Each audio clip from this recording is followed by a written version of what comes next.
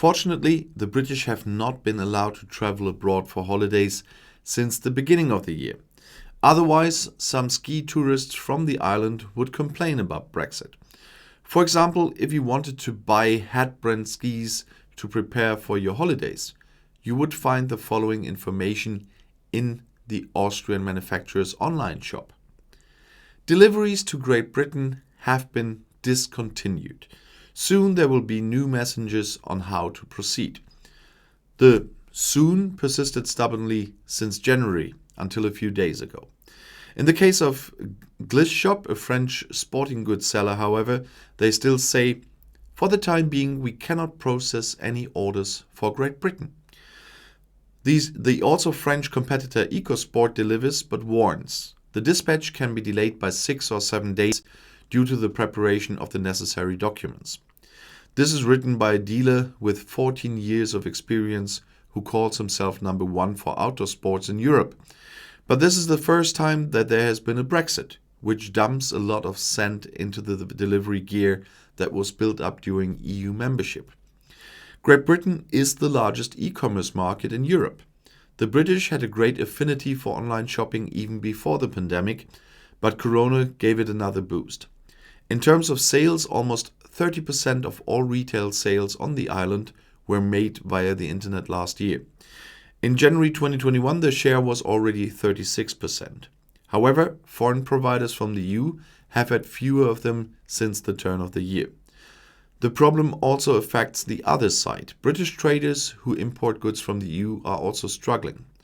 Parcel Hero, a British parcel service, warned in March of damage to the industry of £5.3 billion in the current year because the sale of imported EU products had become more difficult and expensive. E-commerce imports from the EU could fall by 35% in 2021, according to Parcel Hero. At the same time, British retailers are worried about orders from the continent. The e-commerce industry has been hit hard by the changes for EU customers, says William Bain, trade policy expert at the British Retail Consortium. Some problems can be solved over time. Others are structural in nature. The reason for the problems are the new customs declarations and product certificates in trade across the English Channel. They have been in effect since the end of the Brexit transition period, with which Great Britain left the EU customs union and the internal market. Filling out the complicated documents correctly costs the sender time and money and requires detailed knowledge. If the declaration is incorrect, which was often the case after the turn of the year due to lack of experience, and still occurs, goods can be rejected at the border. The logistician DB Schenker and the parcel service DPD stopped deliveries for a short time in January because shipments had been incorrectly reported en masse.